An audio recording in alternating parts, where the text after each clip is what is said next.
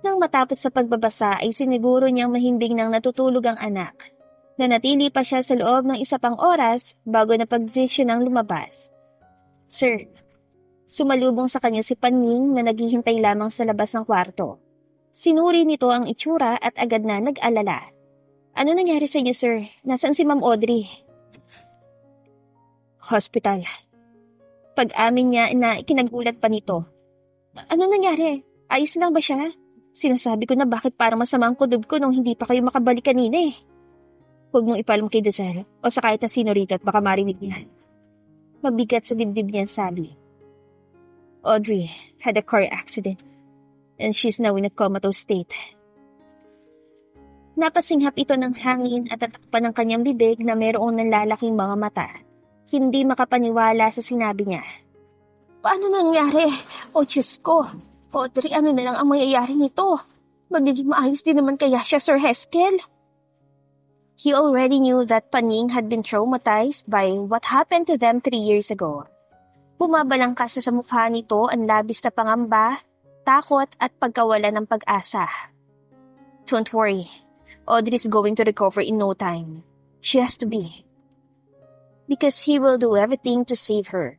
He will give her everything she needs to survive. Isa na roon ang kumuha ng pinakamagagaling na mga doktor na makukuha niya para lamang sa seguridad na makakaligtas siya. He doesn't even care when Audrey wakes up and doesn't remember him. He just wanted to see her eyes open again. Whatever happens, he will make sure those enemies pay big time. A life for life will be the only solution he'll execute. Starting with Raquel's birth mother, Elizabeth.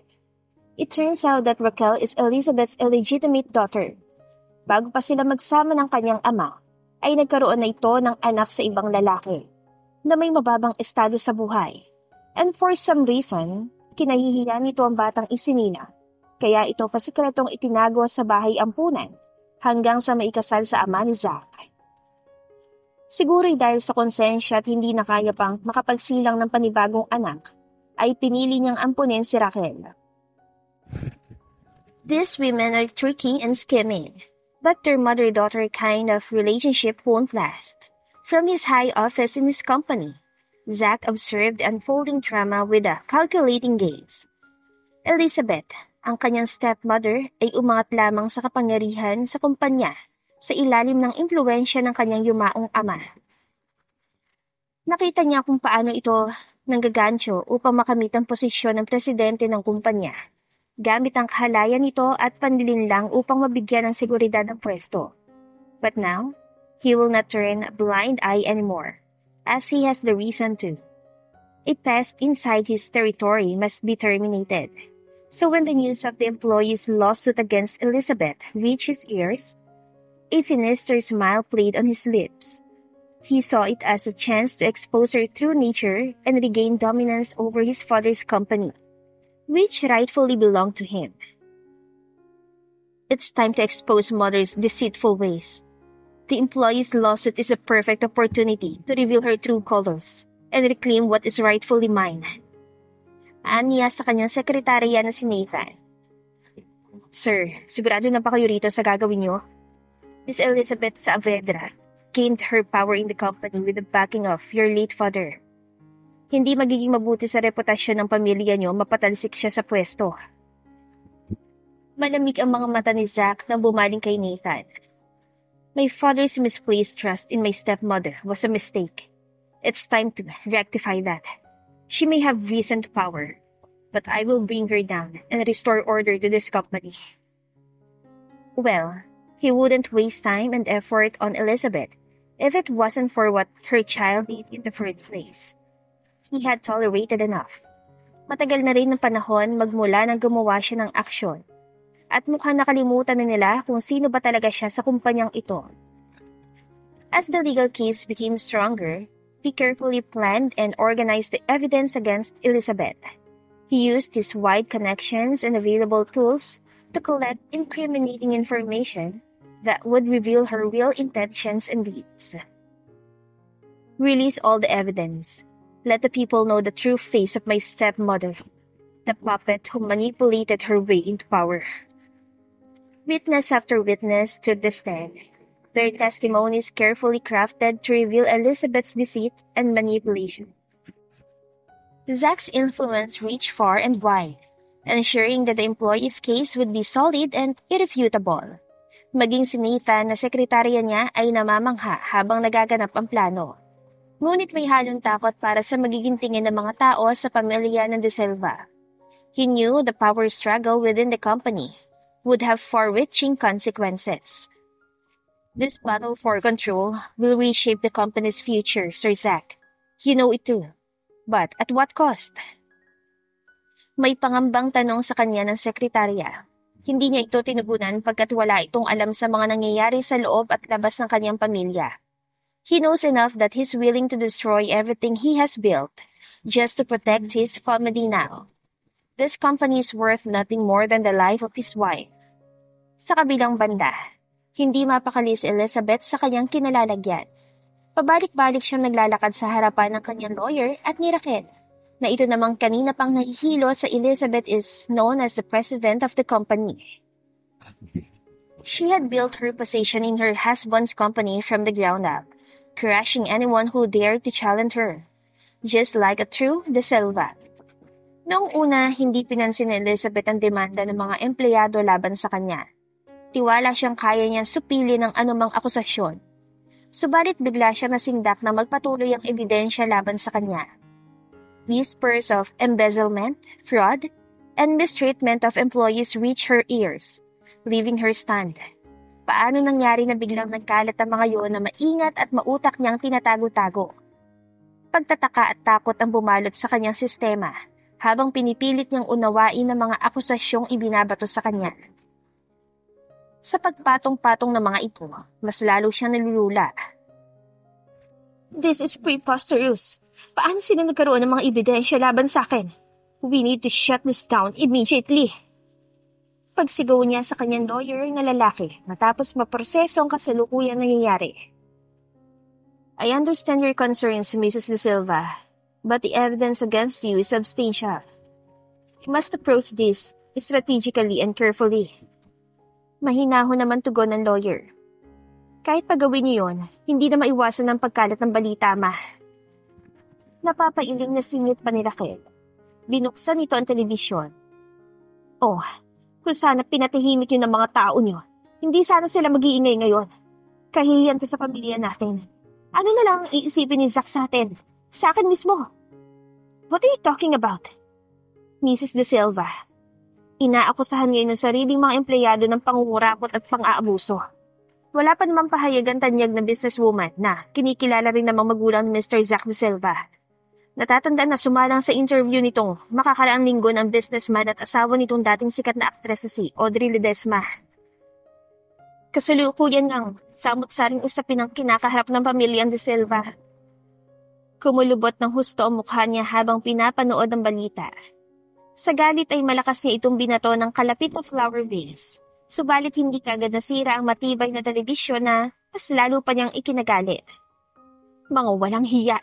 Sino sila para bahira ng dungis ang pangalan ko? They didn't know me. Hindi nila kilala ang kakayahan ng mga De Silva. Anong karapatan ng media para iulat ako sa publiko? Nagkalat na rin sa social media mas lalo niyang lumalaking issue. Pinalalakas sa mga reklamo ng mga empleyado at ibinubunyag ang mga madudumi niyang gawain sa loob at labas ng kanilang kumpanya. Sa isang iglap, ang dating tagahanga ng publiko ay biglang nagbaling ng tingin sa kanya. Humihiling na mga sagot na hindi siya handang ibigay. Nag-flash sa screen ng telebisyon ang nangyayari ngayon sa labas ng kumpanya nila ng yumaong asawa na si Roswell. Witness after witness took the stand, their testimonies painting a damning picture of Elizabeth's true nature. Ang mga empleyadong kanyang nilalapakan ay nagkaroon ng boses. Ibinunyag ang lawak ng kanyang mga pagpapang-abuso at ang hirap na kanyang idinulot. Mrs. Elizabeth De Silva's greed knew no bounds. Ikinukuha niya ang pondo ng kumpanya para sa sariling kapakinabangan. Iniwan kaming naghihirap. Determinadong pahayag pa ng isang empleyado laban sa kanya na may interview ng reporter. Napaawang ang labi niya sa narinig. The audacity. Pwede kong ipadala ang mga tao ko para pabagsakin yung mga yan, ma. Nanggagalait pang sambit ni Raquel. Ang palpak mo kasi kahit kailan. Saan sila nakakuha ng mga ebidensya kung wala kang sablay? Nakakahiya. Shut up! Wala kang karapatang magsalita sa akin ng ganyan. Pagsigaw niya sa anak. Napakalakas ang ebidensya laban sa iyo, Mrs. De Silva.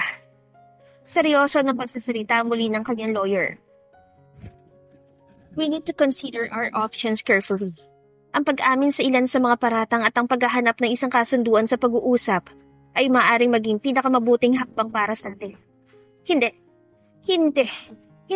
ako aamin sa mga bagay na yon. Lalaban tayo hanggang sa huli kung kinakailangan. Hindi ko hahayaan sirain nila ang lahat ng itinayo at pinaghirapan ko. Naiinis niyang buwelta. Totoo na pinaghirapan niya ang lahat ng bagay na nakakamit niya ngayon. Magmula nang mamatay si Eliza, ang una at orihinal na asawa ni Roswell, at ang ina ni Zack, ang kanilang negosyo ay naiwan sa isang mahinang posisyon at humina na rin ng kapit sa upper class. Pero para matiyak ang patuloy na pagpapatakbo at tagumpay ng negosyo, walang naging ibang desisyon si Roswell kundi ang pakasalan siya. Na siya namang kinapayag agad dahil nasa isip niya ay ang yaman at pamana na mapapasa kamay niya balang araw. Maging ang pag-ibig ni Roswell na matagal na niyang pinagnanasaan. Sa pamamagitan ding iyon ay mapapanatili ang kaayusan ng dalawang pamilyang may kasunduan sa kasal at negosyo.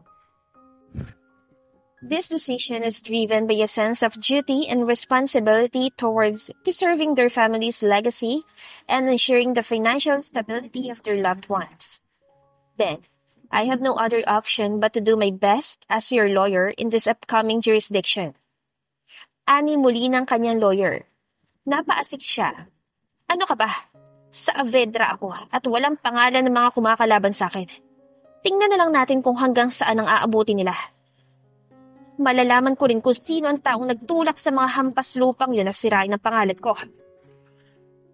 Kailangan na ba natin tong iparating kay Zack? Tumamis ang ngiti ni Raquel. Halos ilang linggo ko rin siyang hindi nakikita. Alam mo naman, isang pitik na lang sa daliri niya. Masasolve na tong problema mo, ma. Shut up, Raquel. Ayokong humingi ng tulong sa lalaking yun at kung ano namang panginsultong matatanggap ko sa tabas ng dila niya. At saka isa pa, halos hindi na siya nagpapakita maski anino sa kumpanya dahil sa ginawa mo kay Audrey. Napaikot ito ng mga mata. Don't yell about it. Ni wala nga siyang pinagsasabihan sa nangyari. Ang akala ko nga may isa sa publiko nangyari. But he's too quick to take action. Kung hindi ko pa kinulit, hindi pa aamin na something happened. Still, tinatago niya si Audrey. Who knew what the fuck happened to that bitch? Sana nga patay na. Well, instead of slacking off around this house, bakit hindi mo siya puntahan? Habang walang bakas ni Audrey, pagkakataon mo na to na sumupil. I'm still banned from going to his mansion. Puno ng iritadong bulyaw nito. Ilang beses na ako nagtangkang pumunta doon at kahit paggamitin ko ang pangalan ni Audrey, hindi niya ako pinapapasok. That man is very annoying. Elizabeth knows how her daughter is going crazy over that man's heart as she is being transparent about it. Nakikita niya mismo kung paano tumatakbo ang utak ni Raquel. Maski siya ay natatakot kung minsan sa anak, kung kaya't sinasabayan niya na lamang ito sa mga gustong gawin nito na animoy isang puppet. Still, hindi ako hihingi ng tulong kay Zack. I can wipe out all my enemies without his help. Hindi ko hahayaang mapatalsik ako sa pwesto sa kumpanya at tuluyang masira ang pangalan ko. Naninindigan pa niya saad. Kung ganon, maghanda na tayo para sa darating na hukuman. Ani ng kanyang lawyer. As the trial neared its climax, ang kumpiyansa ni Elizabeth sa sarili ay mabilis na nawasak. Ang kapit niya sa kapangyarihan ay unti-unting nawawala habang sinisira ng magagaling na abogado ng mga empleyado ang kanyang depensa. Ang kanyang pagtatangkang iwasan ng sisi at ipatumba ang mga saksi ay nabigo sa bigat ng kanilang napakalakas na ebidensya laban sa kanya. Nahirapan siyang panatilihin ang postura niya sa harapan ng korte, harap-harap ang mga taga-hukom at magagaling na mga abogado sa bansa na hindi niya pa mawari kung paano nakuha ng mga hampas lupang kumakalaban sa kanya ngayon. Ladies and gentlemen of the jury, today we stand united against a tyrant who has trampled upon the rights of hard-working individuals. We must hold Mrs. Elizabeth Saavedra accountable for her actions, for the sake of justice and fairness. Magiting na saad ng abogado ng kalaban. Naikuyom ni Elizabeth ang mga kamao niya. How dare they do this to her?